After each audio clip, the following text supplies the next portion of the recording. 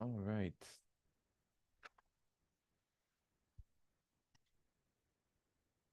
Let me turn this up a bit, make sure I can hear.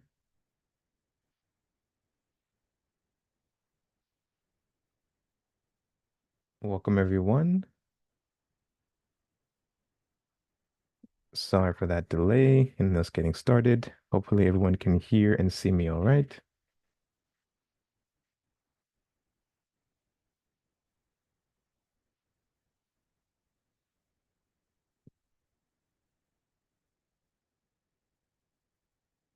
Let's go ahead and open up today's session with reciting the prayer for spiritual workers, and then we'll move into announcements and then into today's open discussion session.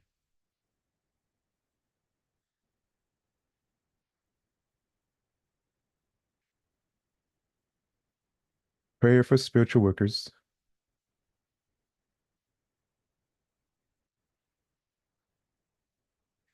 Almighty God, I bless all those who, because of their limitations, would smite me. Almighty God, I bless all those who, because of their weakness, would not heed me. Almighty God, I bless all those who, because of their ignorance, would defile you through me.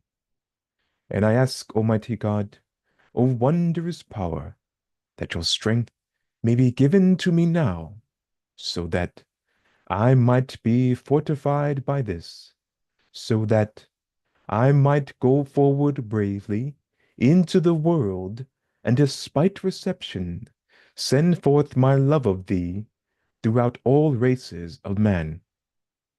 Almighty God, give me the power and strength to rise above my karmic weakness, the deficiencies in the pattern of my evolution, so that I might evolve and become stronger, aye, and even stronger in thy everlasting light.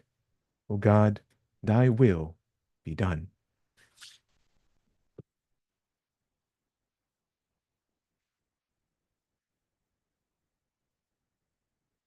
All right, everyone, welcome to another open discussion and various topics class. So, unfortunately, my computer in the office, my main computer, I had a hard drive fail and lost a lot of my data. So, what I have prepared for today is no longer available. Therefore, I decided to go with another open discussion in various topics class, and today we'll mostly field any questions or comments that you guys have in the audience. I'm using my backup computer, so it will be a bit rough today as I go back and forth between um, your questions, your comments, and this different things I have up to show. But we'll make our way through it. Let's open up with some announcements, and then we'll open the floor for Q&A. And let me let me share my screen.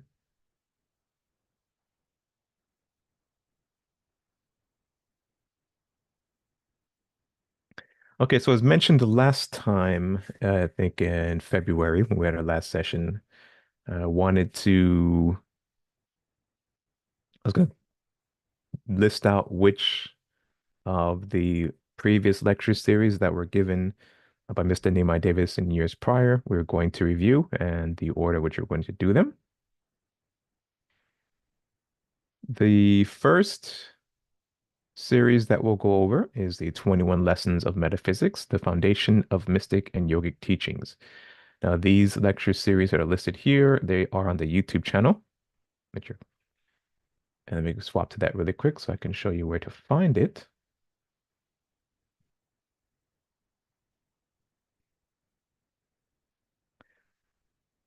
So if you go on our YouTube channel, and you look under playlist, you'll see many of the previous lectures that were given. They were organized into playlists. And as I was going through these to try and select which playlists I wanted to cover, I found that some videos or some lectures are included in multiple playlists. And that was probably done because the material was covered in the one lecture, um, fit under multiple categories. And so the 21 lessons of metaphysics, the foundation of mystic and yogic science, that contains many lectures that are suitable for a foundation in mystic and yogic teachings. And there are quite a few lectures in here. So I want to cover this lecture series as it will embody um, and give a good foundation of the teachings that are offered to the International Mystic Knowledge Center, specifically metaphysics and the mystic sciences. These lectures span maybe some of the last 11, 10, maybe some 12, some 13 years ago. But this is a good playlist for us to review and get a good foothold um, of the mystic and yogic teachings. Then from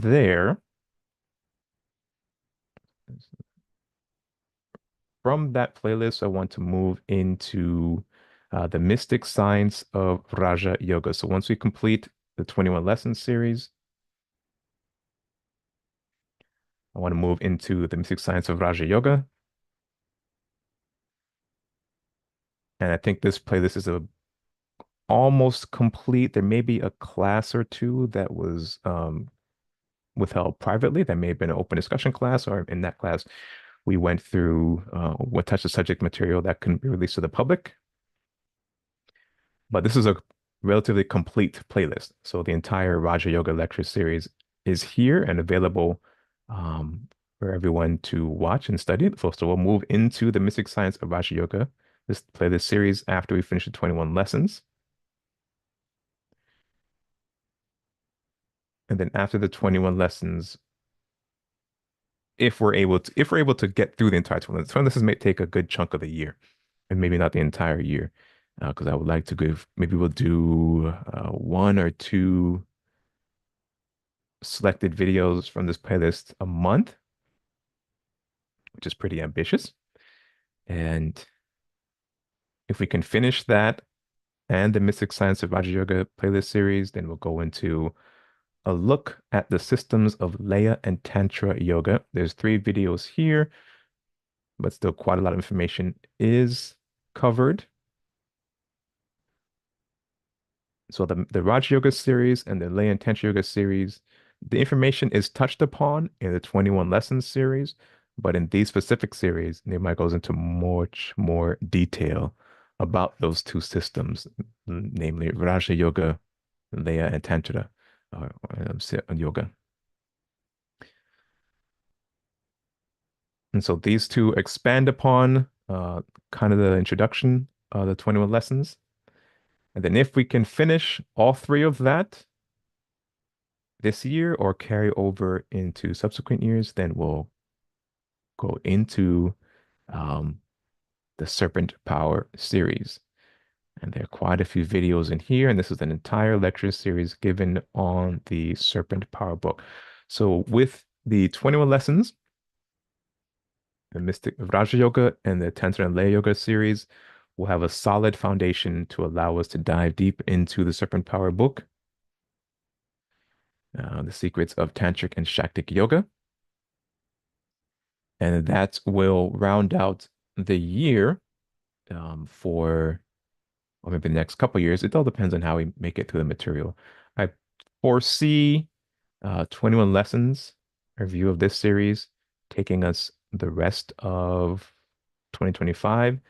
And then maybe 2026, we'll do Raja and Tantra Leya and start Serpent Power. So it all depends on what we get through. The Metaphysics 101 series, I believe we completed that review. and went through, we finished class one. And I do believe we started and got through a good chunk of class two. Um, I'll go back and look at those videos and make sure that I did cover at least the first 30 minutes of both classes. If not, then you'll see that pop up before we move into 21 lessons. All right, so that's for, oh, I lost my PDF here. Okay. So that's for the International Mystic Knowledge Center. Now, the decision we'll announce in coming months is exactly how we will structure the classes, be it the Sunday and maybe a second offering of the Friday classes. What I would like to do is to move these reviews of the previous lectures to a separate offering, like on a Friday. And then on Sundays, we go back to our live lecture series where Mr. Davis um, lectures on a specific subject matter or starts another series. Um, but we need your feedback and your input on that to let us know if you'd like us to return to lecture series, and if so, how you'd like that to be formatted, where it's just we're meeting back in a classroom. And then I post a live broadcast of the lecture as it's going on, as well as having in-person attendance to the lecture series, which is very important because it can't just specifically, or it can, but I don't want to have just an online offering. I would like to have in-person attendance to the lectures and a live interaction um, between the students and everyone together, as well as offering it online. So those who are not able to attend in person can tune in remotely wherever you are in the world, as well as opportunity to watch the lectures at a later time that um, best suits you. So do send us your feedback either via comment on this video or via email or in the chat. Let us know, and we'll be glad to facilitate um, you and what you would like us to do. Now, for the announcements for the Florida group here, their society, continuing our weekly 12 blessing services and our commemoration services, and also something they want to discuss with the group as well, but also give an announcement here. In the previous class, I did mention that I wanted to cover um, the lecture series that DMI gave on the study of the nine freedoms. So let me hop over to that really quickly.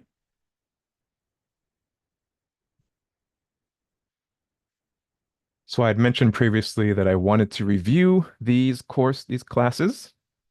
In this series, DMI had went over the entire nine freedoms, but I think we only recorded and broadcasted the first four freedoms, namely bravery, love, service, and enlightenment, which you'll see here in this playlist. We also have another playlist where we went over many of the teachings of Dr. Sri Yogi George King. And there's many videos here, each video um, addressing a specific lecture. And like, for example, Seven Dimensions of Creation, the Devic Kingdom, the Great White Brotherhood, Psychic Development, Mental Illness, Do Not Break the Magic. And these titles follow the respective lectures given by Dr. George King. So if you go to cloud.aetherius.org, you will find these lectures by Dr. George King made available through their society. It's a subscription service. You can subscribe here and listen to those lectures. And then in conjunction with those lectures, you can come back to this playlist of various lectures that Mr. Davis gave, going over those classes, going over those lectures. And so what I would like to do is to cover this playlist series, The Teachings of Dr. Sri Yogi Riji, Dr. George King, and a study of the Nine Freedoms playlist series, and do that as an offering through the Florida group that we have here. Now, there is not a YouTube channel set up per se for the Florida group. There may be some logistics we'll have to work out in order to get that set up, but I would like to offer the study and review of those selected lecture series, teaching Dr. Sri Yogi Riji King and the study of the Nine Freedoms that Mr. Davis gave years prior through the Florida group. So I'm just announcing that now, but once we work out all the logistics for it, I will post a schedule. We do have a Florida group meetup page. And if you go to meetup.com, look for the South Florida Theater Society group, you will see that meetup group. You can join it, and the announcements will come through that particular portal.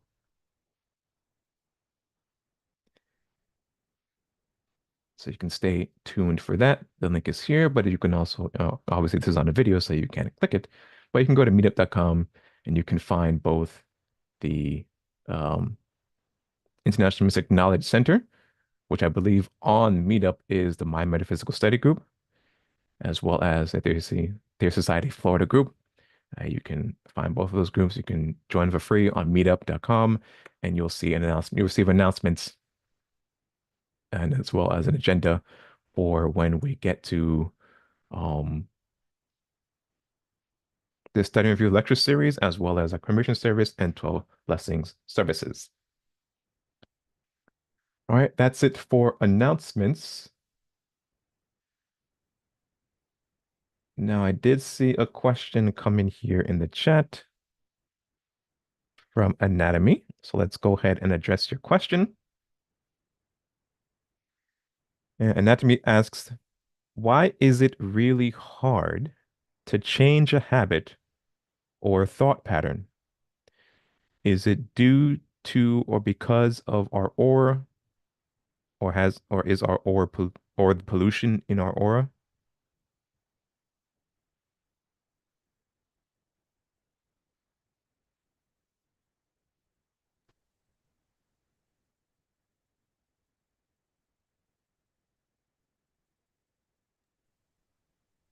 Well, I think it's a combination. Nehemiah, if you're speaking, I can't hear you. Can you hear? You can't hear me? Can you hear me now? Or maybe it's me because I don't have the right speaker selected.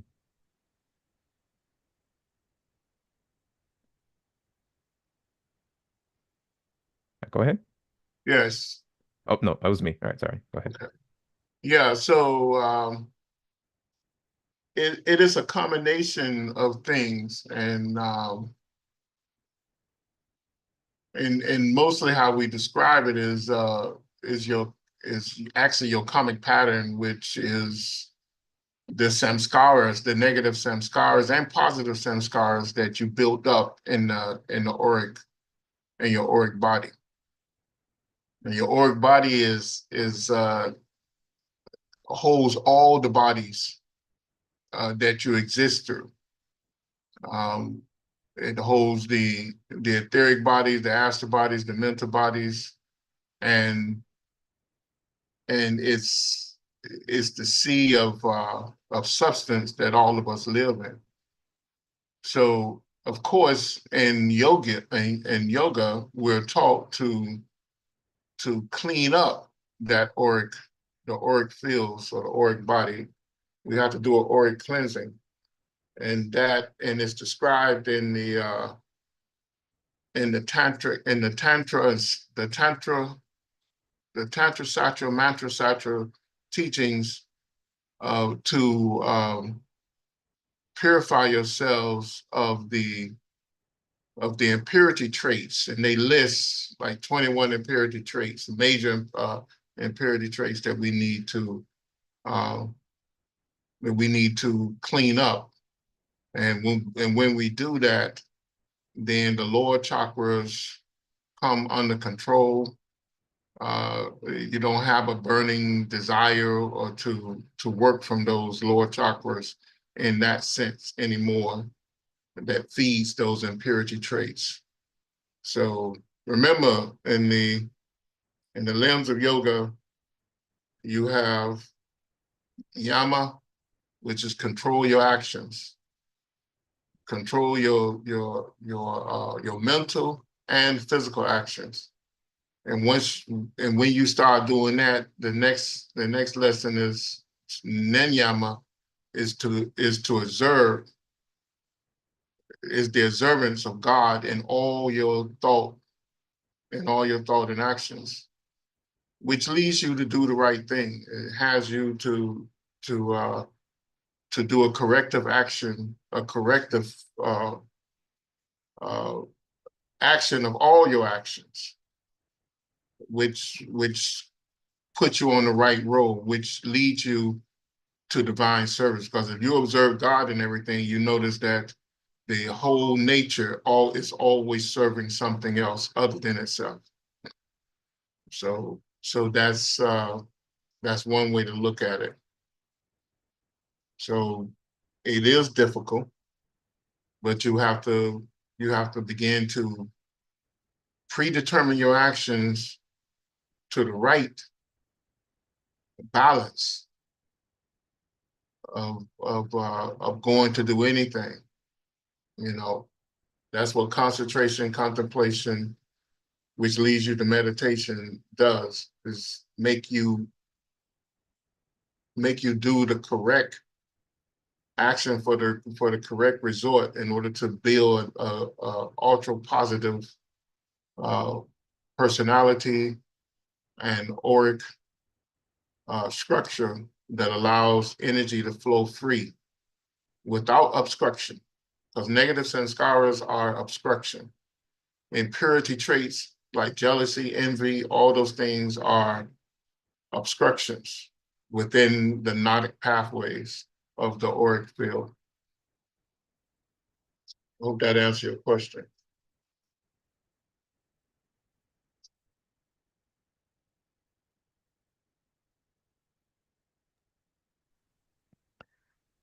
All right. And he had a second question here.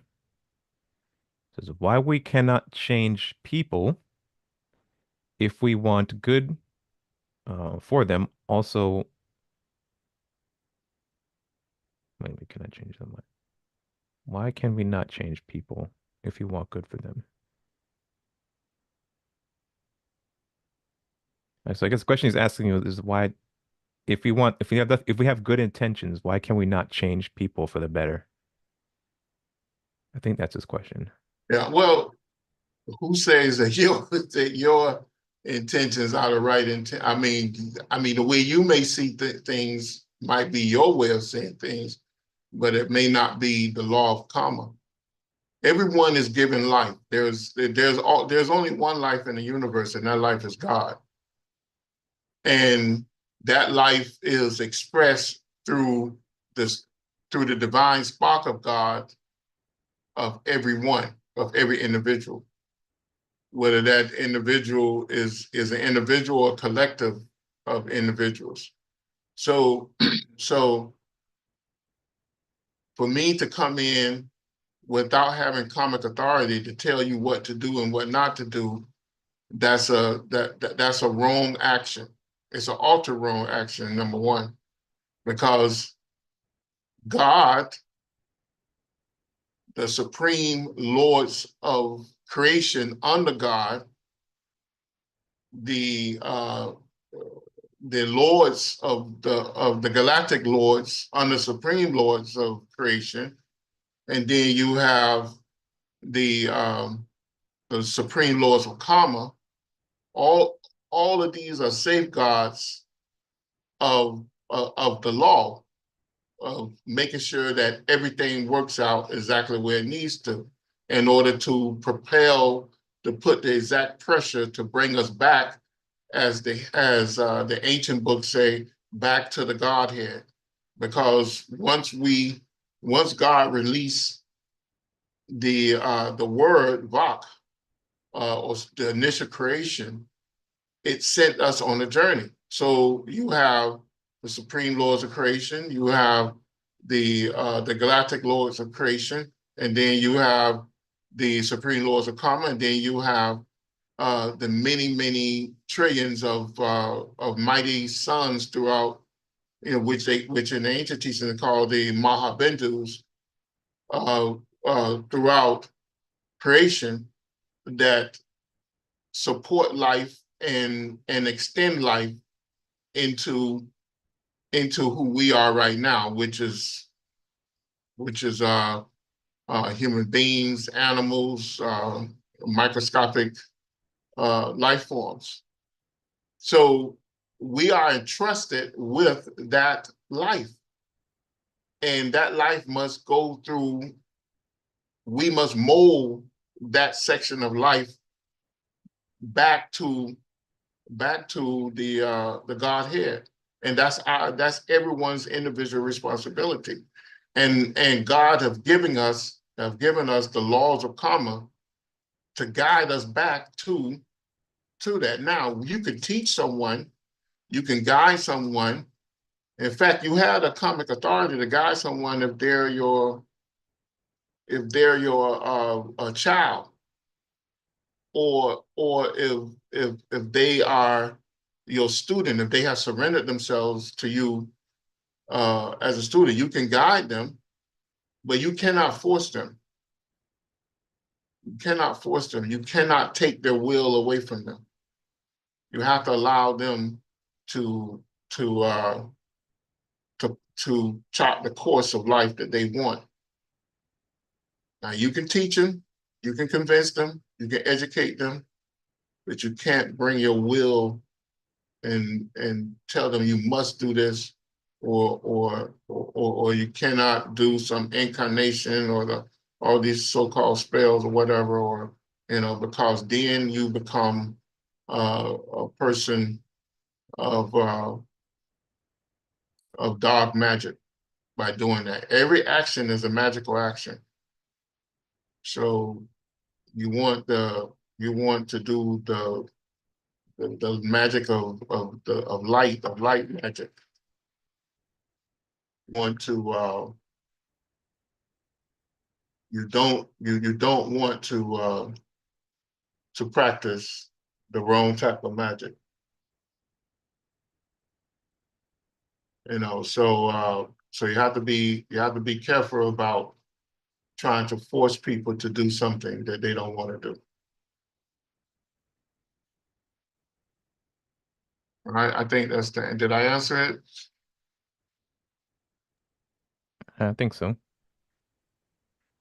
So then a follow-up to that then, what exactly is karmic manipulation, and how exactly does that work? Like how do you determine how much one can intervene in the karma of someone else? Like, yes, we can do healing, we can send energy to someone. We can't heal. We send you to someone for healing. But if it was their karma for them to go through that illness or that event to begin with, by sending them healing, we are intervening in their karma. We are manipulating karma on their behalf. But just because we send them healing doesn't mean that they will be healed. So what determines that? How do we measure the level of intervention we can give into someone's life without overstepping? Yeah, well, you're not when you're giving healing, that's not uh intervening, because it's our karmic duty to support all life. Hmm. You know, a tree is planted, that tree grows, that the seed goes in the ground, the stem comes up, the stem becomes a trunk, the trunk becomes branches, leaves grow from there, and then you have a process of that tree producing massive amounts of oxygen. That oxygen goes to the mammal life, the human life, and then the human life produce carbon dioxide, and it goes back to the tree in order to keep the tree limbs green and producing oxygen. Everything in life is charged with the ability to support other life, whether we recognize it or not. So that's our comic duty to, if we see someone sick, to help them. If we see someone in need, to help them. The question is what type of help we give them, you know. Uh, Mm-hmm. so it always have to be the correct type of help, the correct type of service. It cannot be uh, you helping them to do something that's going to cause more harm. You have to help them to do something that gives them the opportunity to do good. Now, what they do with that once they get it, that's not on you.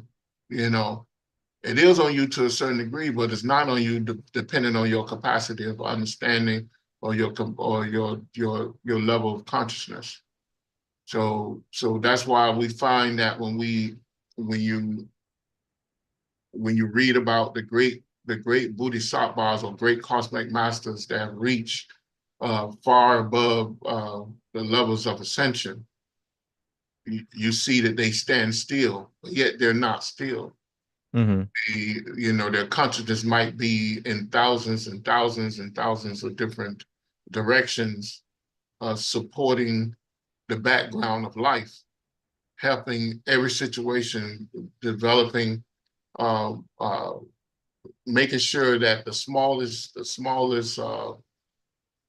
life form is supported, Mm-hmm. and correcting their actions the same way a mother and father guide and support their kids. Becoming a highly cosmic or ascended being, you become one of the aspects of karma to help push life in the right direction, to create that right pressure so that people can come to a greater understanding to do the right thing. You know, it's sort of like you see a flame of fire and you say, okay, well, that's beautiful. I wonder how it feels. And you put your hand in it and it burns you. So the next time you see that beautiful flame, you may think it's pretty or you may not think it's pretty because it burnt you. Mm-hmm. But you know you have corrected your actions and you know that you cannot stick your hand in it.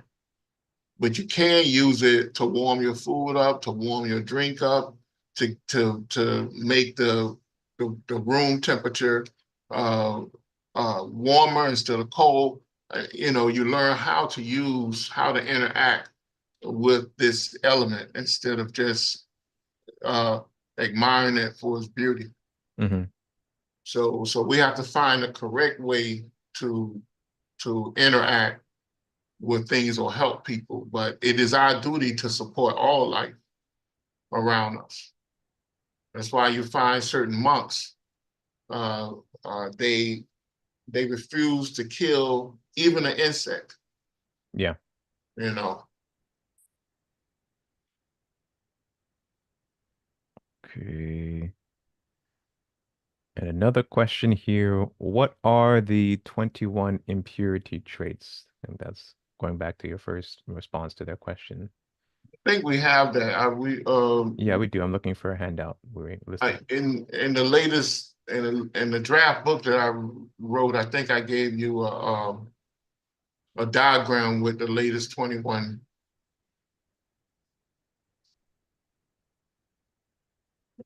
impurities supposed to go in there. You see it, it should be in your email.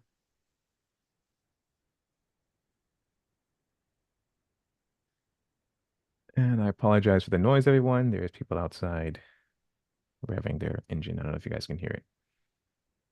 But there is a handout. Where's Zoom? Oh, here it is. I just did a really quick search on my computer and I found this one. You I don't know if you have guys. one to say there's 21 on it. The latest one I sent you in the latest book, that one has 20. Yeah. Let me see if I can find it really quick.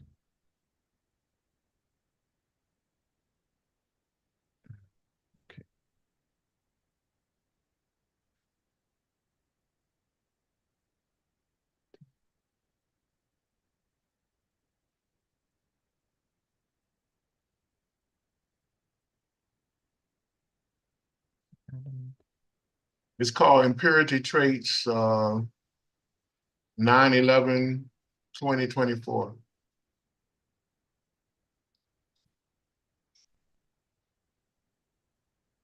Impurity trades 9/11/2024. All right, look at my email.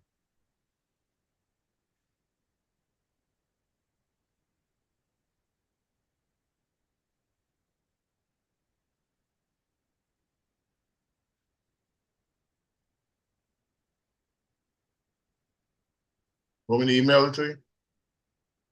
Mm, It should be in your email. yeah, but I have a bunch of windows open, so I have to find it. Let me see.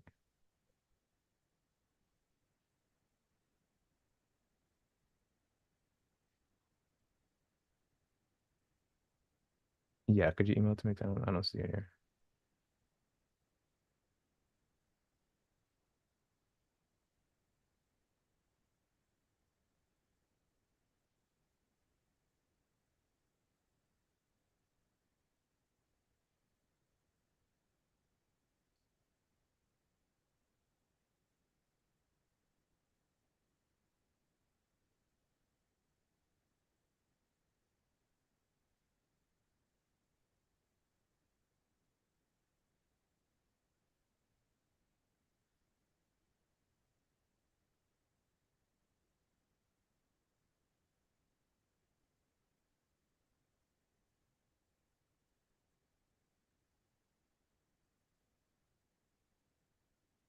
What is it? This one? You found it? I found one.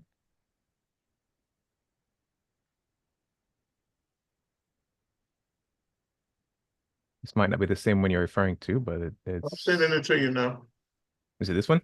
Yeah, that's it. Okay.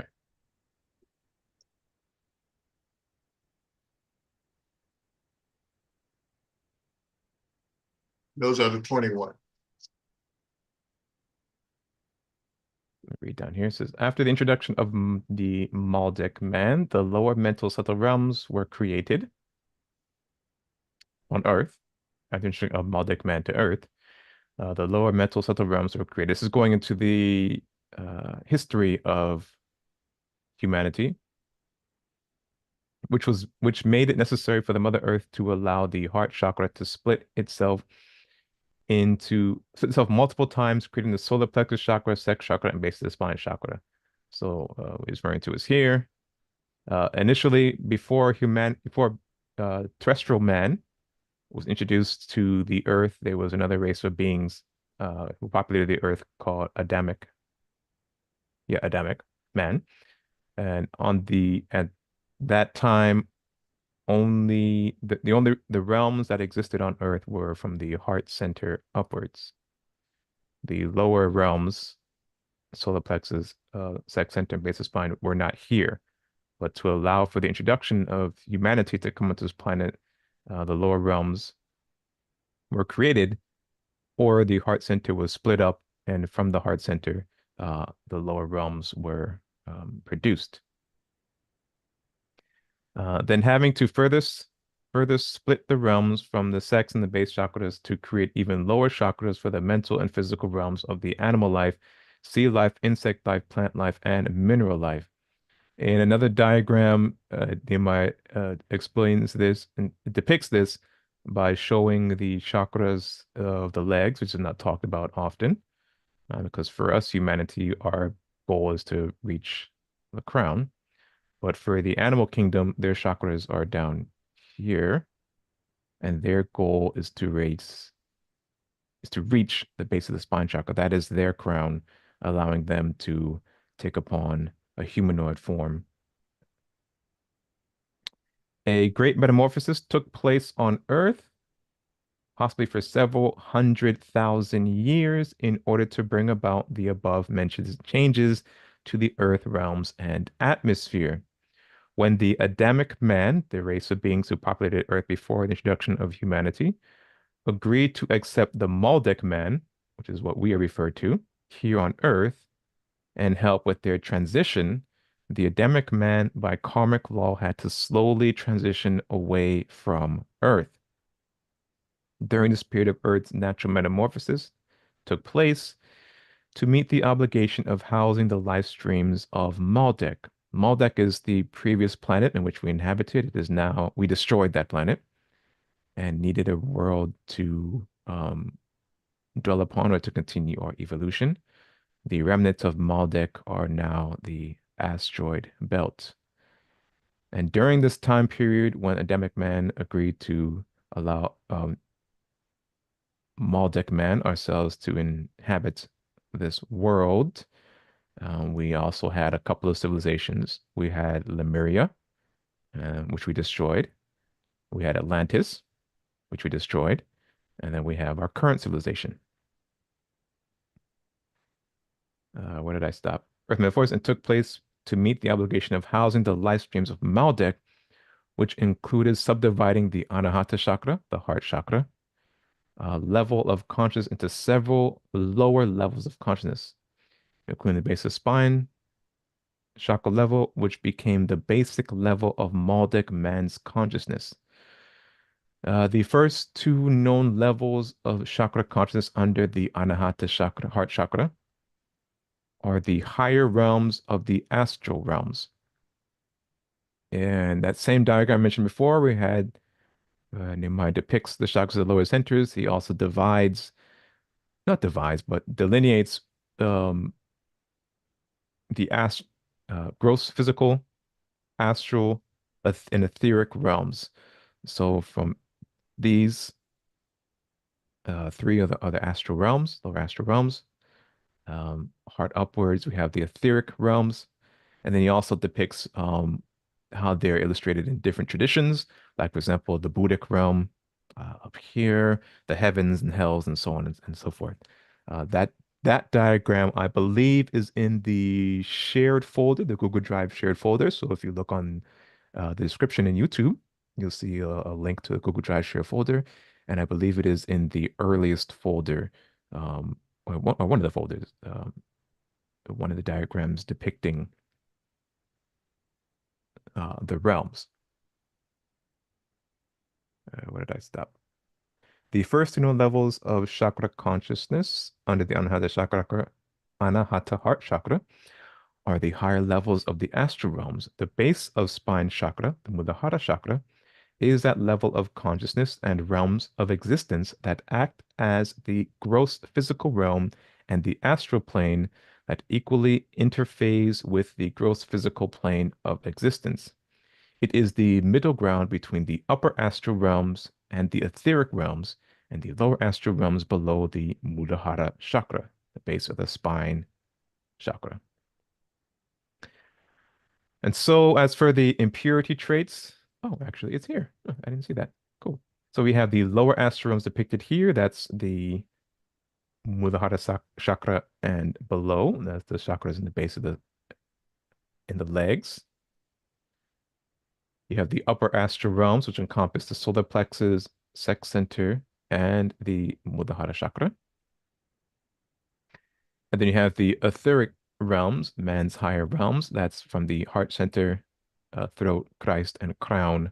Those are the higher mental realms of the etheric realms. And prior to the introduction of Maldek man on Earth, the only realms that existed were the etheric realms. So Adamic man had existed in etheric bodies, but in order for Maldek man to be introduced here, the lower astral realms, the Earth had to go through a solidification process, a gross solidification process, which enabled the creation of the astral realms and the lower astral realms, and thereby producing the physical realm we exist on now, as well as the lower realms where the vast majority of the human population exists. Now, from these three lower astral realms centers, we have the impurity traits. From the base of the spine, center, the Muladhara chakra, you have the, in red depicted here, desire, anger, greed, delusion. At the sex center, the Svadhisthana chakra, you have pride, attachment, hatred, passion, malice, and jealousy. Now, these are impurity traits. These are traits that pollute the aura and embed negative samskaras within the aura. At the solar plexus center of the Manipura chakra, you have selfishness, fear, envy, lust, laziness, possession, deceit, revenge, guilt, cravings, and gluttony.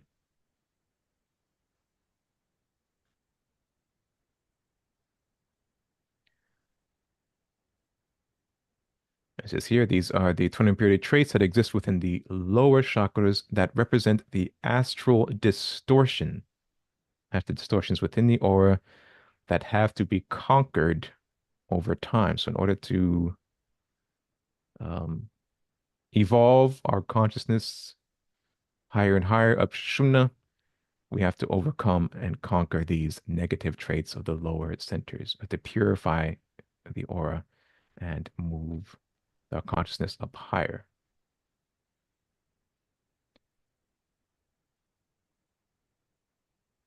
So anything you want to add to that, Nimai? No, that's likely it. I corrected something down here, but I'll send you that later. Okay.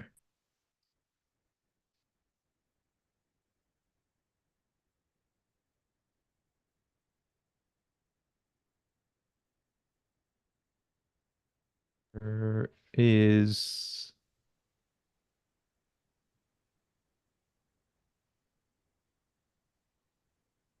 if there's any other questions. Again, this is an open discussion session, so if you do have questions, feel free to post them in the chat.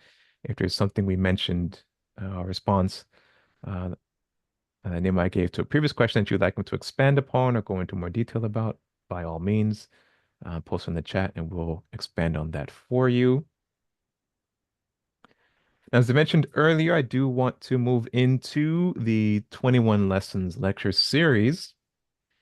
And there, when that lecture series was given, Nehemiah had produced, in addition to lecture series, handouts. Let me close this. And those handouts that he gave to us summarize the information that what was presented in the lecture series, as well as um, had a collection of some of the diagrams that he presented during those respective lectures. The 21 lessons is also a collection of writings named Miles Publishing. And so this particular uh, um, write-up here is an outline of what was covered in the 21 lessons, as well as um, what was to go into the text Davis was producing for this body of work. So we'll look at this as kind of an introduction to what will be covered in that 21 lections series and 20 lessons in psychic development, a spiritual guide in the mystic sciences. In preparation for when we move into that series. Again, with that series, what I'll do is for each class that we cover in that series, as you can, when you look at the playlist here, each class is over an hour long, the shortest of which I think is 1 hour, like 2 minutes. Yeah, some classes are even 2 hours long. What I will do is, at a minimum, cover the first 30 minutes of lecture in producing the transcript for it. And then we will read through that transcript together, highlighting key points as well as inserting any diagrams that were used then or updated diagrams. So if you can kind of see here, this one class two, um, the diagram that was projected here on the board, that diagram is actually included in our collection of diagrams. This is a diagram that's um, I think over 15 years old, but was used in this class. We do have a collection of all these old, the previous diagrams that Nehemiah's produced. And I know that this particular diagram where he's talking about um, the chakras and the energies emitted by the sun, earth, moon, and so forth, and how they correspond to the different chakras, the sun level, the moon level, and the earth level of energies. That diagram we do have in the collection of diagrams, and I will use that one. And there's also several that have been produced since that time, which depict the same information but in different ways. Maybe over the years we've gotten feedback, or anyone decided to change the way it's displayed and given. So um, we have those diagrams as well, and I'll introduce those when we get to class two. But you can see here in class one and class four, five, and six, um, Nehemiah went to the whiteboard and presented information there.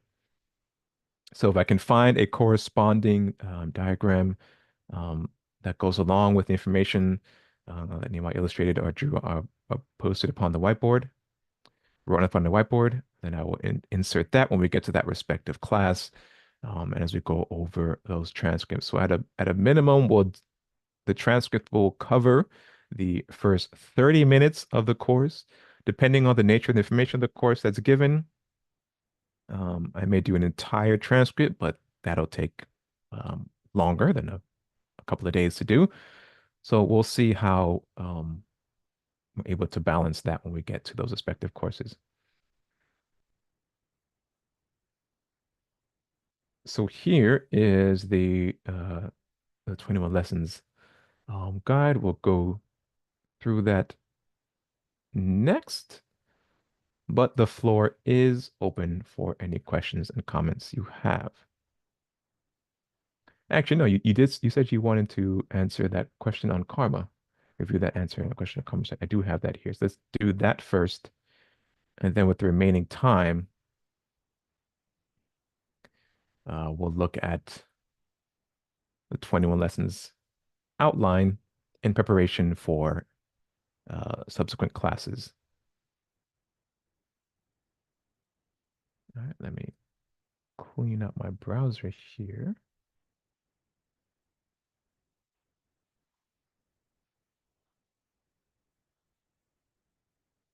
All right, so we had received a question.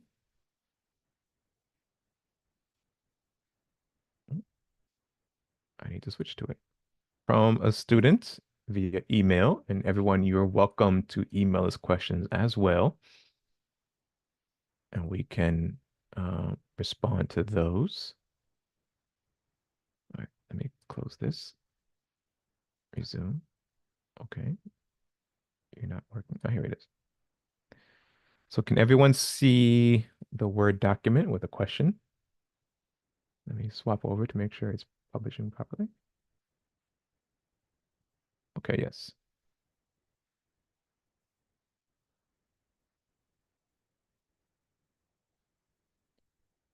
Log out of this, close this, and close this. All right, so the question, everyone, you're welcome to email us questions.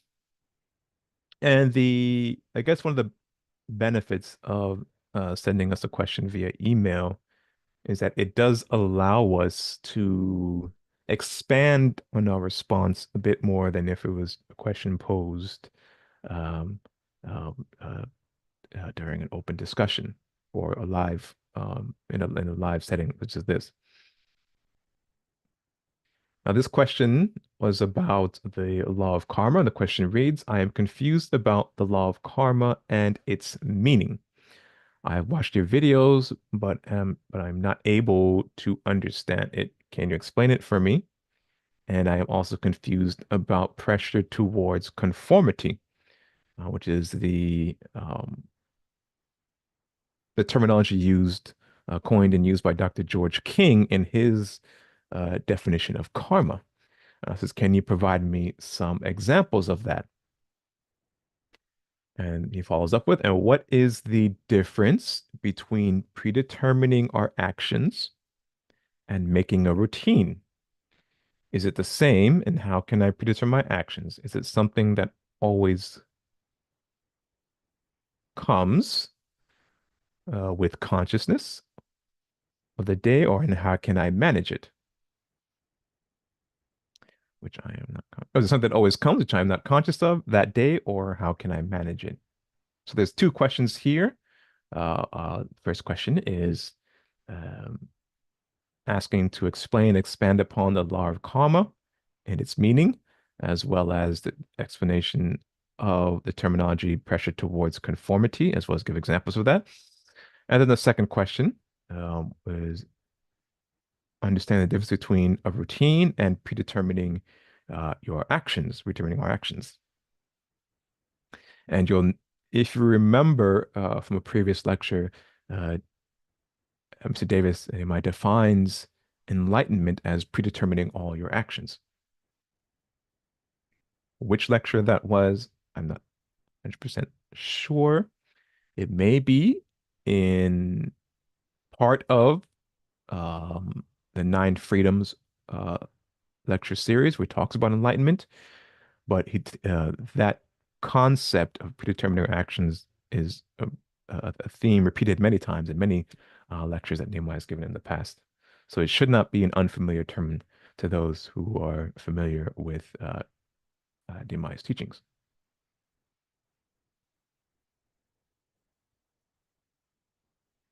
So the response here in red, the whole of creation, the whole creation of the universe is founded on a framework of laws of God, which are called the divine laws of karma. This means the laws that govern all actions, from the creative sound released from God, the Absolute, to bring into active manifestation the universe, galaxies, and solar systems, and the trillions of life forms residing within. Everything in the universe follows uniform laws of action that allow them to exist within various environments under various states of consciousness. The evidence for the laws of karma are very easy to identify. Every movement enacted follows a series of laws that are identified as the laws of cause and effect, which is a main law of karma that encompasses every action made or could be made, or every action or potential action. For every karmic law that sustains the human body, for example, you have the average human body contains around 5 to 6 quarts of blood. On average, the human being takes around 21,600 breaths per day. Uh, Three, the brain accounts for about 20% of the body's total oxygen consumption, despite representing only about 2% of the body's weight. Um, and furthermore, the U.S. National Academies of Sciences, Engineering, and Medicine determined that an adequate daily fluid intake is about 120 ounces or 1 gallon of fluids a day for men and about 96 ounces of fluids a day for women. Again, a normal resting heart rate, for another example, for adults ranges from 60 to 100 beats per minute. Generally, a lower heart rate at rest implies more efficient heart function and better cardiovascular fitness. Okay, so these are examples of karmic laws that sustain the human body. Okay, so these are karmic laws that sustain consciousness and maintain the current life cycle. Every internal and external action has a direct reaction on the human mental and physical status. In the most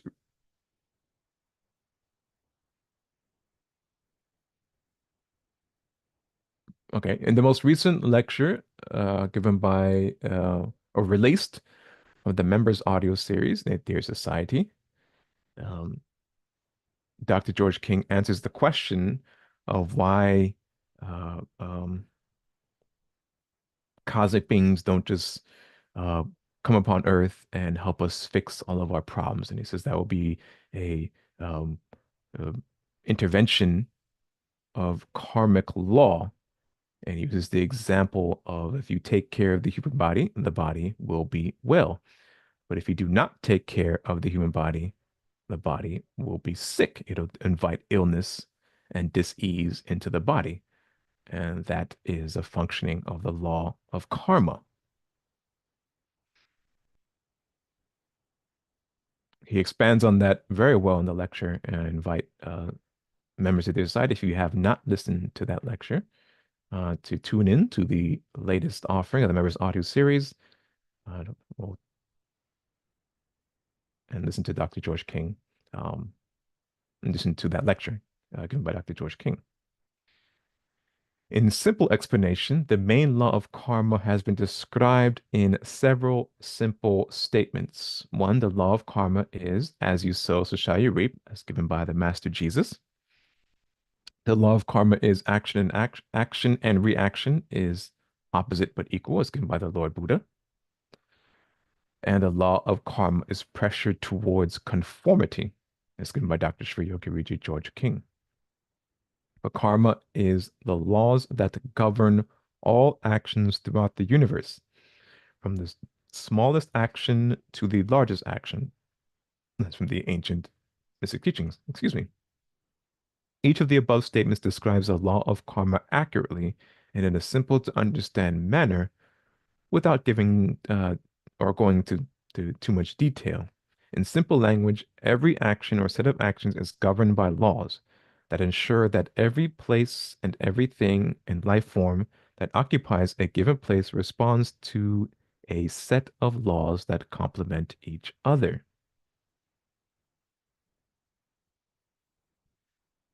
Now, let me pause here for 1 second and check something.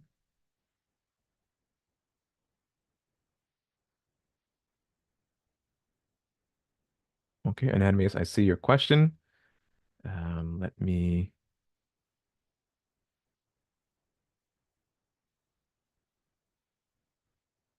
Let me finish reading this document and then I'll I'll I'll I'll I'll, I'll pose your question.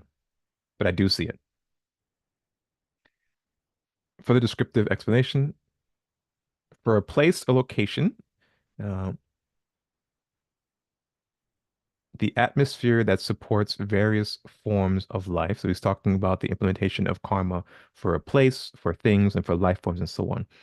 Um, for things or what um, some refer to as inanimate objects, you have the elements within the atmosphere, and for life forms, you have plant life, insect life, animal life, and human life.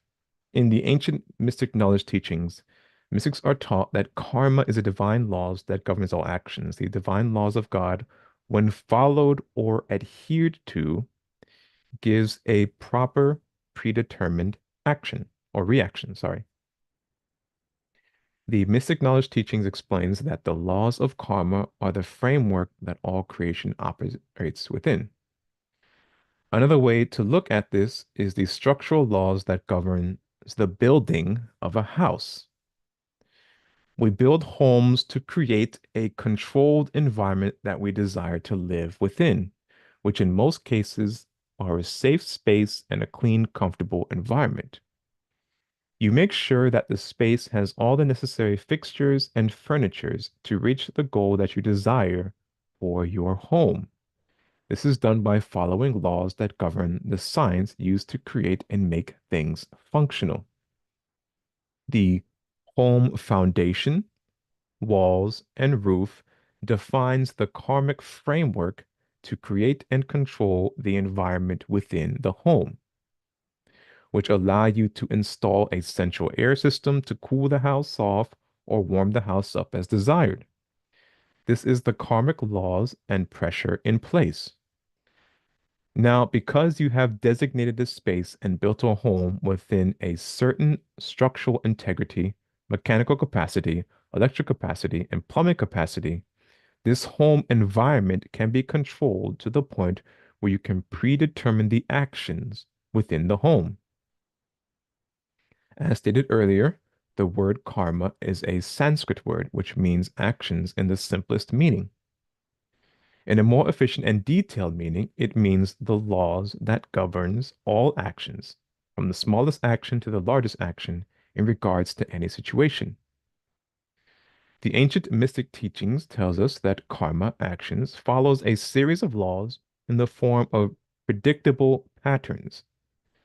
If we closely study all actions in nature, we will find three clearly defined points that are noticeable immediately, which are all actions in nature serves a person, place, or thing.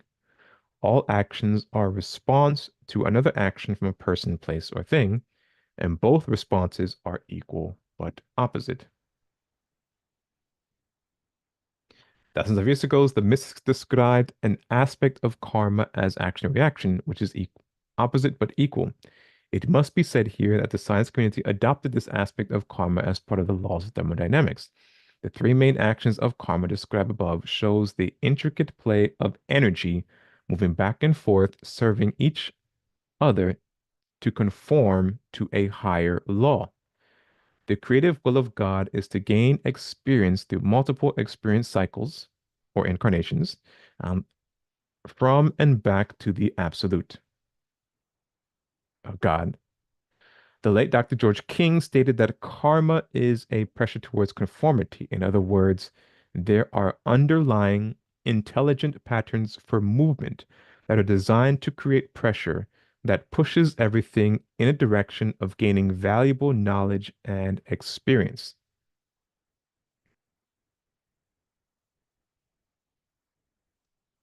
The Sanskrit word karma means action, which stands for the laws of all actions within the universe. Therefore, karma is part of all things in the manifested universe. All actions, karma, in manifestation are assisted by a universal intelligence that is an impersonal, supreme intelligence connected to everything. This universal intelligence, mind energies, guides all motions and actions within the limits of the laws of karma and its restrictions. These limits manifest as pressures towards gaining experience that leads to understanding and knowledge.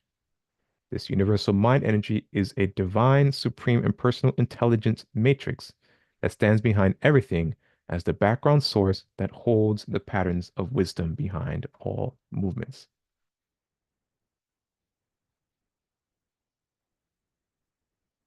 Okay, so that was the answer that was given, um, or part of the answer that was given, um, to the question that was posed about karma, predetermining your actions, pressure towards conformity.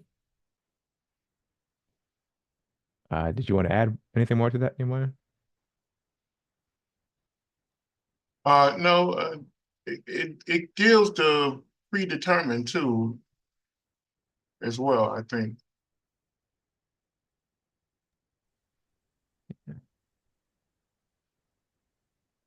Okay, so anatomy, your question here.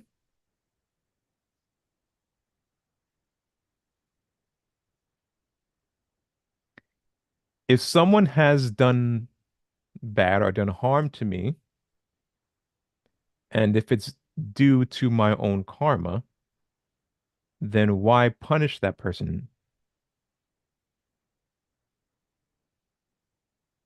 I think I answered that before. The law is balance. Uh, no one can go and do harm to another person without reaping uh, the the harm back to them. In other words, action and reaction is opposite and equal. Meaning, if I do bad to you, then I'm going to receive uh, something back to me, but it's going to be opposite but equal. Okay, and that goes both ways. If I do good to you, I'm giving something.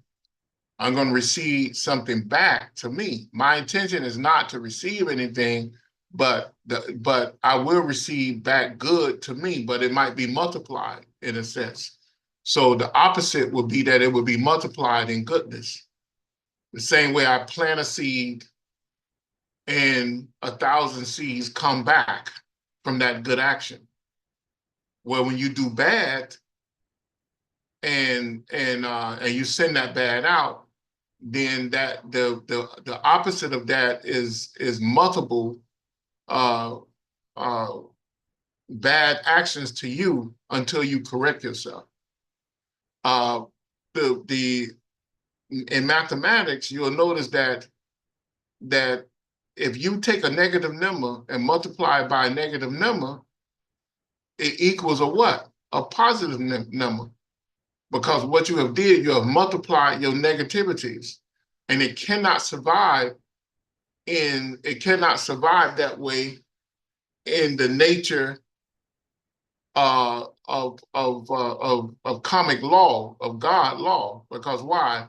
Because the pressures of karma will force you into a positive position where you have to do right. You have to do right. So you will be bombarded or limited until you can understand what you've done wrong. That's why you hear stories of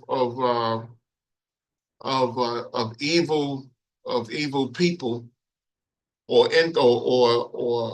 entities or human beings. They grow to a status of an entity because they so powerful.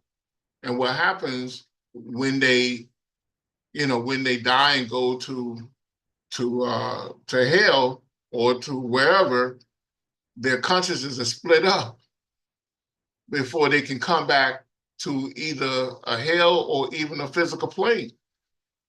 And then that consciousness can only come back together when they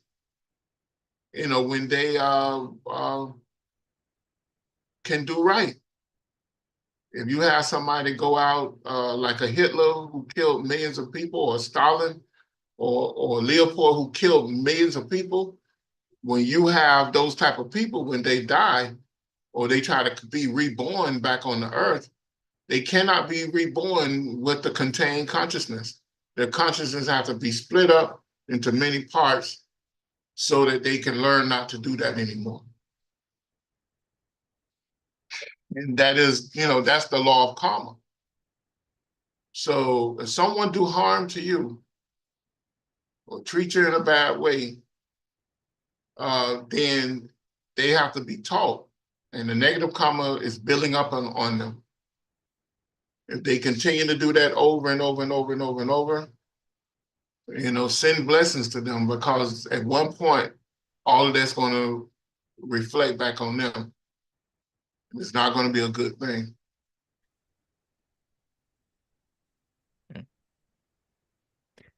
No, anatomy, if I understand your question correctly, and to expand on that, no, it's just if someone harms you, commits a crime against you, um, should you just accept it and go with it, understanding that yes, my karma allowed that to happen to me, so therefore I shouldn't um like call the police, have them arrested, press charges, have them go to jail? No, not necessarily. Um, No, I'm not saying that they yeah, should. I don't say you're not saying that. You're not saying that. No, no, I'm not, and we shouldn't just allow wrong things to continue just because we believe our karma allowed to happen, and then that karma will come back against them eventually sometime later, or let God handle it. Um, there's I don't know if you remember or if you have, I think it's in the autobiography of the yogi, Paramahansa Yogananda gives the story of there was a monk walking somewhere, and this police officer was yelling and shouting at them for some reason, and the monk just kept ignored the police officer and just continued walking. So the police officer took out, it was an axe or a sword, and swung it at the monk and cut the monk on his shoulder. And the monk just took his shoulder, put it back together, healed it, and then continued walking along. When the police officer saw that, he was shocked, and his consciousness pricked him, his higher self pricked him, and he immediately fell into repentance, recognizing who this monk was as a holy person, that he had inflicted harm upon this holy person, and um, was changed. Like Liam was talking about, that negative, and the negative created a positive change in that police officer. Um, so things like that do happen where the monk didn't necessarily respond in getting angry, getting upset, wanting to strike vengeance upon the person, the monk believed in karma, in the law of karma, and knew that yes, this happened to the monk because his karma allowed it to happen, but at the same time, he could control his response and believe that the karma, that law of karma would bring about the right corrective actions for that the one who had committed harm against him.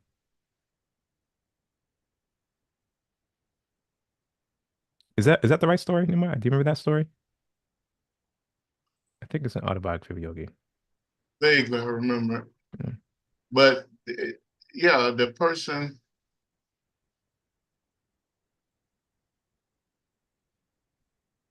yeah, the if someone do harm to you, you don't that don't mean you need to accept, because even if you deserve that, that doesn't mean that someone needs to carry that out. Is remember what we said earlier, that it is our position to support uh people and to heal them when we see something's wrong. It's not to hurt them because you think they're evil. Because karma tell us that you don't believe in capital punishment, unless unless you have the karmic authority to do that. But if you can restrain someone and keep them away from the things that they would do wrong, but no man, unless they given karmic authority, should go and kill another man uh, because of the actions you try to reform them, you try to teach them. Because like Dr. George King said, the problem is that they find a mass murderer, and instead of them holding that mass murderer in confinement, for 30, 40, 50 years, don't let them come back into population, and have them to see what the wrong they did do. Because when a person stands still and have to stay in one place, they begin to reflect on who they are and what they done. But what they do, they quickly kill them, and then they release them to the lower hells, and they start killing all over again. you know, because the lower hells are similar to this place. You know, they have the right to do free will, freedom, or whatever. So if they have a passion to just go and rip people's head off, that's what they go down to the lower hells and do. So you assisting them to continue their wrongful actions. So you have to think about things a little bit more. And just because you deserve a particular uh, negative karma to come against you, that doesn't mean that you have to go through that. Someone can see that you have to go through that and talk to you and to lift you above that reception of that negative karma.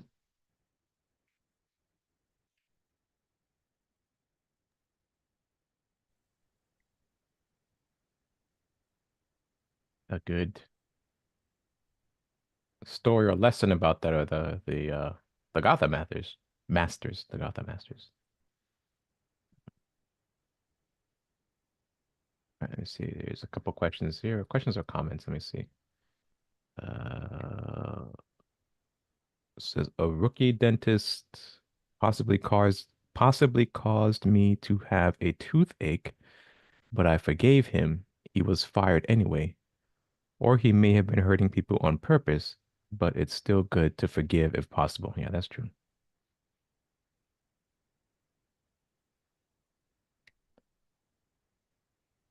All right, with the last 10 minutes or so we have today, I know we started a little bit late, so it may just go a couple minutes over. Today, let's finish up with looking at the 21 lessons outline and what we'll cover in that when we review that series. Let's see something real quick.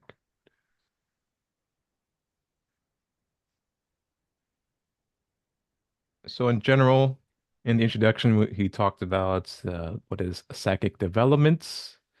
We looked at the layers of man's mystic constitution. Let me zoom in a bit more.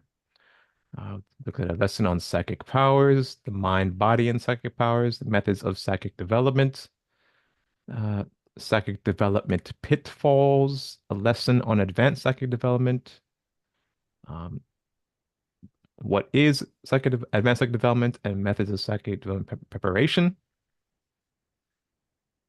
Looked at the quest for spiritual development, the transition from psychic powers to psycho-spiritual powers, the mystic science of spiritual development techniques. Looked at mind, body, and auric purification. And then we looked at karma yoga, the yoga of right action, raja yoga, advanced mental development, jnana yoga, development of wisdom, bhakti yoga, development through principles of devotion. And then we looked at spiritual development through concentration, contemplation, and meditation. So as regards to what is psychic development, we look at the meaning of psychic development, and with linking the physical senses to mind and consciousness, with that linking the heightened senses connected to mind and consciousness to the astral senses. We talked about pranayama, which brings about control over the energy flow within the nadis. And talked about control over the energy flow increases the links between physical and astral senses. Like I said, the linkage creates an increase in the ability to concentrate, and then increased concentration creates a merger of the physical and astral senses. A merging of the physical and astral senses brings about contemplation, and contemplation is physical abilities. And next, we look at the layers of man's mystic constitution. The spirit, the divine spark of God within man. The next is the soul, a manifested body of the spirit. I looked at the auric body, the indestructible body of intelligence, Kundalini, the soul's main vehicle of consciousness. They went into the nadi system, chakra system, the mental bodies, the pranic envelopes, the etheric bodies, astral body, and then physical body. One sec.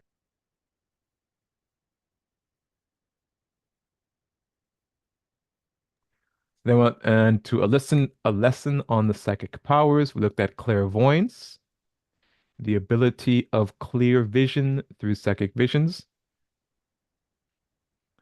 Looked at psychic touch, psychometry that activates vision, tunnel and telescopic vision, astral and etheric vision, the ability of seeing into the past through psychic vision, and looked at how to see 1 hour to 4 days previously, and then seeing 1 month to 1 year into the past, and then seeing a dozen to hundreds of years into the past.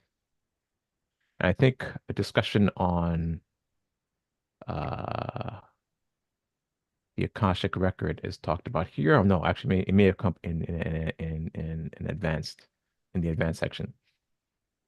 The ability of reading the present through psychic vision. It says reading minds through psychic visions, reading auras of humans, animals, and objects, reading the atmosphere through psychic vision, and the ability of seeing to the future, seeing energy patterns that indicate future events, a panorama of visions that indicate future events. That's kind of the way it displays across one's vision. 3 auric emanations that indicate future events, and a vision mediumship that offers insight on future events. Next, we looked at clairaudience. It says the ability to clearly hear through psychic hearing. Sorry. The ability to hear long distance sounds psychically on the physical realm. The ability to hear microscopic sounds psychically, and the ability to hear astral and etheric disincarnated beings as a medium. Clear sentience, the ability of clear smelling through the psychic senses of smelling, the ability to sense past, present, and future energy configurations, the ability to sense the atmosphere of danger or happiness, or ability to sense danger or happiness within the atmosphere, and the ability to sense illness within the aura of the on the aura and of body. Psychometry, the power of touching objects psychically. And this is the ability to read the energized mental impressions lodged in objects. The psychic ability uses the psychic ability usually is accompanied with psychic vision. And sometimes the psychic ability is also accompanied with psychic vision, hearing, taste, smelling through virtual visions brought on from touching the object. Telepathy, the power to read minds, the power of transmitting thought waves over long distances, the power of communicating with disincarnated entities, the power of manipulating thought forms, and this psychic ability is usually accompanied with clairvoyance and clairaudience. And then mediumship, the power to communicate with disincarnated entities, the power to receive and transmit the messages of disincarnated entities. And this psychic ability is usually accompanied with clairvoyance and clairaudience. And then finally, in that section, we cover astral travel. That is the power to project a segment of man's consciousness, the power to project the astral body or bodies, and the ability to visit the astral realms. Next is mind, body, and psychic powers. We look at the conscious mind, the subconscious mind, then superconscious mind, and under body and psychic powers, look at the auric bodies, the etheric bodies, the pranic bodies, astral and physical bodies. Number five, methods of psychic development. I believe there's a class series which may not be available anymore on YouTube. So we may include in a future workshop. Methods of psychic development is pranayama practices, mantra chanting, visualization practices, crystal gazing, and concentrated practices. We go into detail of those. Then we talk about the psychic development pitfalls. It is becoming overconfident from psychic powers, wrong interpretation of psychic vision. You know, can't tell how many times people have foreseen the end of the world and for it not to come about. Developing a dependence on psychic powers, developing a fixation on psychic powers, and increased sexual energies, lack of control of OJAS. That's a big one too. I think we spent quite a bit of time on section 6 here, on the development and the pitfalls of psychic development. Number 7, a lesson on advanced psychic development. We look at advanced clairvoyance, advanced clairaudience, advanced clairsentience, advanced psychometry, advanced telepathy, advanced mediumship, advanced astral and etheric projection, the power of telekinesis that comes in under advanced psychic development, and advanced pranic manipulation. We'll talk about the power of levitation, uh, which the Master Jesus displayed when he walked across the water, the power of invisibility, using knowledge and skills from past lives, the control of natural forces within and outside the body, again, also displayed by the Master Jesus, ability to control the elements of earth, water, fire, and wind, ability to read the Akashic records. Okay, well, that's where we go into the Akashic records here. The ability to duplicate the skills and power of another person or animal. As part of what they might have talked about performing samyamas. The ability to multiply physical objects as displayed by Madame Blavatsky. The ability to project thought forms into physical manifestation as displayed uh, by the adepts. Psychic powers to be as small as an atom. Psychic powers to become infinitely large. Psychic powers of super lightness, levitation. Psychic powers of pervasiveness, extension to be anywhere at will. Psychic powers, fulfillment of desires. Psychic powers, control of natural forces. Psychic powers, supremacy over nature. And psychic powers to become completely satisfied. Oh, all right, let me speed up a bit because we're out of time. What is advanced psychic development? It is the psychic powers developed from deep levels of concentration. Advanced psychic abilities is the result of good, strong level of contemplation. Contemplation leads to greater advanced psychic abilities through deep contemplation, and then deep contemplation leads to even greater psychic powers. But nine, the methods of advanced psychic development preparation, Raja Yoga practices, pranayama practices, and basic Kundalini practices, such as concentration, contemplation, and meditative practices. And then 10 here, get to the methods of advanced psychic development. We have restraint, yama, virtuous and moral living, which brings purity of mind, freedom from anger, jealousy, and subconscious confusion, which would inhibit the process of meditation. Observance, niyama, religious practices which cultivate the qualities of the higher nature. Uh, Next is asana, or seats or postures, postures that balance the energies of mind and body. And then pranayama, mastering the life force. This is breath control, which quiets the chitta and balances Ida and Pingala, the science of controlling prana. Next, we have withdrawing the consciousness, pratyahara, the practice of withdrawing consciousness from the physical senses first, such as not hearing noise while meditating. Concentration, dharana, dharana, focusing the mind on a single object or line of thought, not allowing it to wander. Contemplation, dhyana, a quiet, alert, powerfully concentrated state wherein new knowledge and insight pour into the field of consciousness. Meditation, the state of true yoga in which the meditator and the object of meditation become one. All right, 11, the quest for spiritual development, the knowledge of the I. Next is the knowledge of the I am. Next is the knowledge of the absolute and the obstacles in reaching or attaining this knowledge. 12, the transition from psychic powers to psycho-spiritual powers. That is the will to destroy greed, anger, jealousy, and the thirst for power. Realizing the potential of the psychic, but not the use of it for power or misuse of it for power. Focusing all the psychic power potential to realize spiritual power.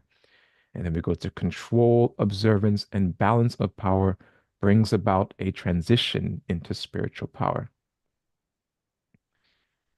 13, the mystic science of spiritual development techniques of Dharma Yoga, which is Karma Yoga, Bhakti Yoga, Raja Yoga, Kundalini Yoga practices, and Jnana Yoga. So Dharma Yoga, remember that. 14, body, mind, and auric purification, purifying the Pingala, Ida nadis, and Sushumna nadis.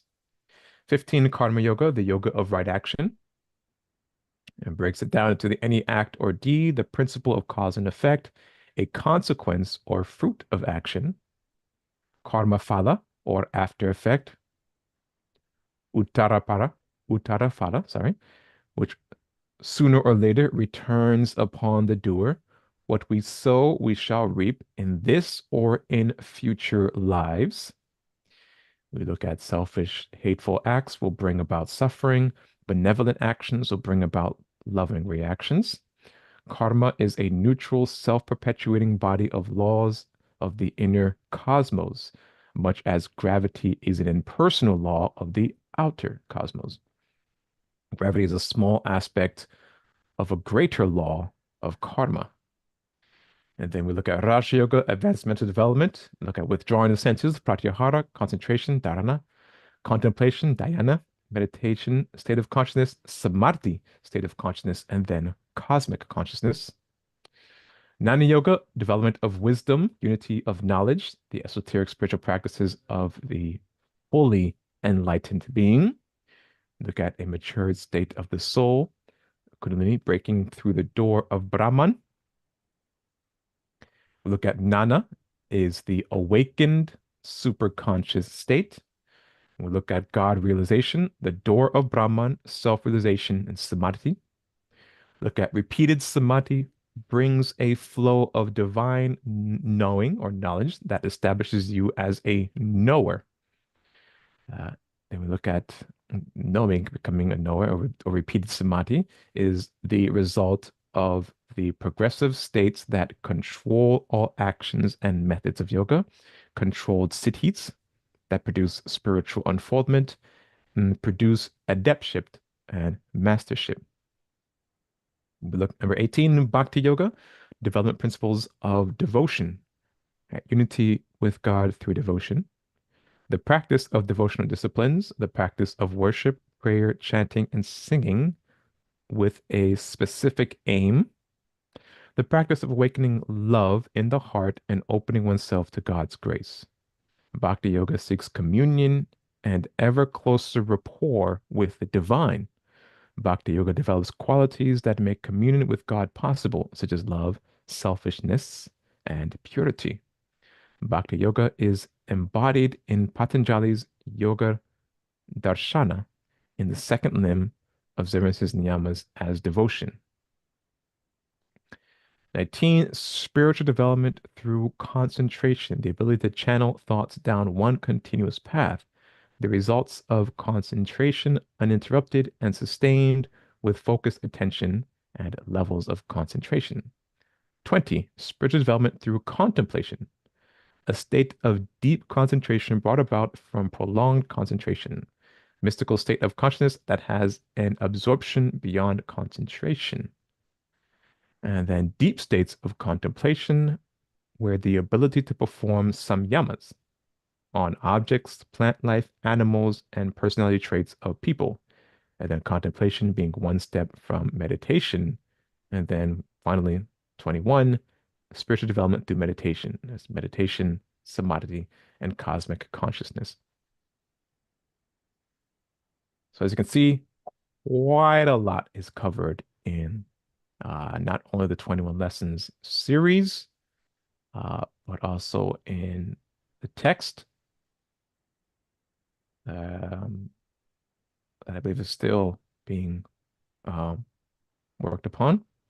And so when we get to that series, now in the 21 lesson series, um, lecture series, um, each of those subjects we just talked about is touched upon, but I don't think in this series um, some simple practices are given, but an in-depth analysis of like some mantras and things like that. Um, like I don't mantras are not given in this series, but some very simple practices are given to help get you started, and then also information is provided on where you can find a body of practices that can help you in your spiritual development. For example, contact your higher self through or contact your higher self through yoga or realizing the potential. Body of practices given by Dr. Sri Yogi Richard George King um, in those books by those respective titles. So when we get to this lecture series, those are the topics we'll cover. We'll start with class one. When I've completed the transcript for class one, I'll let everybody know, and you'll see the announcement go out for that class and series. All right. So, do we have any final questions or comments before we close out today's session? Was there anything you wanted to add, Nehemiah? No, not really. I mean, looking back at that, it was That's kind of intense there, huh? Yeah, it is a lot. It may take us the entire year to go through all of that. It took us a 20. long time to go through it back then. Yeah, it did. It did. It took us several lections. So and I think halfway through I lost you guys, and I think we had to double back on a lot of that stuff. Yeah, because we went, well, on the playlist here, it stops at class 16. So I don't think you're able to do all the 21 lessons. And then you went back to the mystic knowledge of the chakras and Kundalini and the mystic constitution. So I think, yeah, you did double back I on, picked it back up with the 12 yogas, I think, I think so. because you guys had to. Somebody had told me in the group that it's too much prior knowledge, and so I think that's why we doubled back to pick everybody back up. Hmm. It was too much prior information, and we start. That's when I gave you all the glossaries and everything. Yes, yes, I remember. Yeah.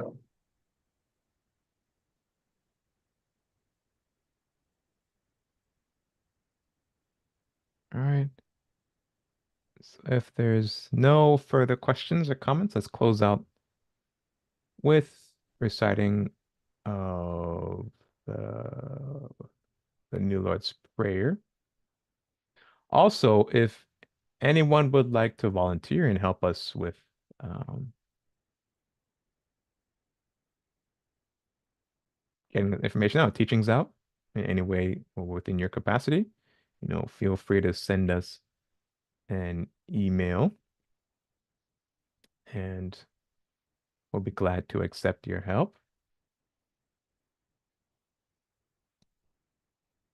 What was I looking for? Oh, yeah, this thing to close out today's session.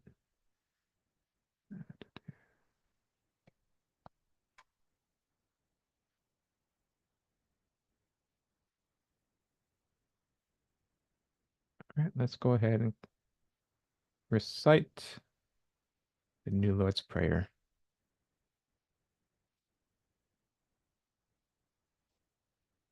And if you do have any additional questions or comments or feedback for us, you can send us an email. And if it is a question that you're comfortable with us reading in a subsequent session, let us know in the email.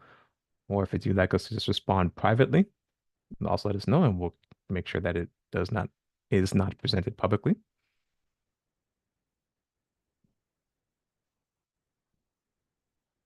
Right. A New Lord's Prayer.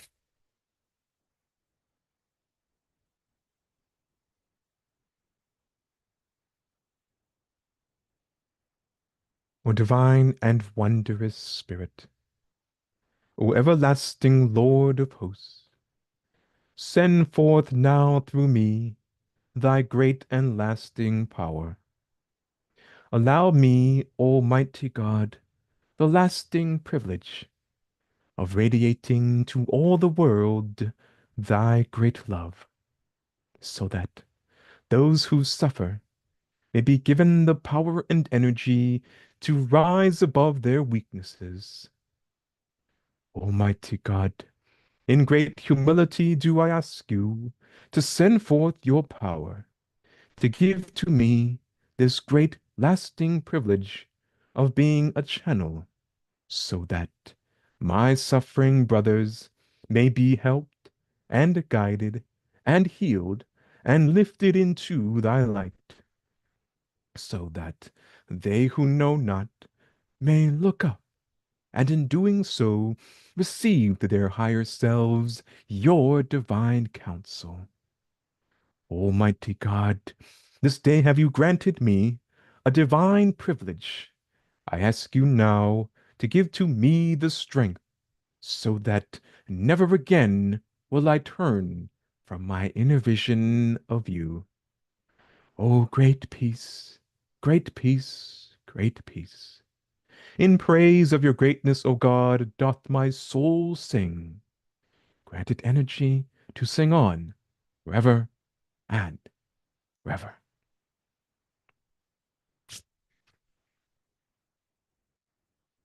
All right. Thank you very much, everyone, for your kind attendance and participation. Stay tuned to our Meetup page for announcements of upcoming sessions. Next weekend, I'm not sure if I'll be in town or not.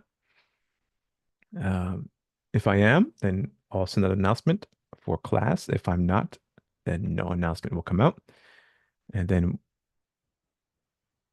when we do have class scheduled, it'll be posted on Meetup. And if you're part of our email list, I will also send out an email there. I'm going to change the way the email list is operated. So I'll send out in the future session, I'll send out an email to everybody to show you where you can sign up for the email list, and then you'll be able to, put yourself on it and take yourself out, unsubscribe as you so wish. If you have any questions or comments for us, feel free to send those to us via email or in a subsequent open discussion session. Thank you again, everyone, and we'll see you next time. Take care.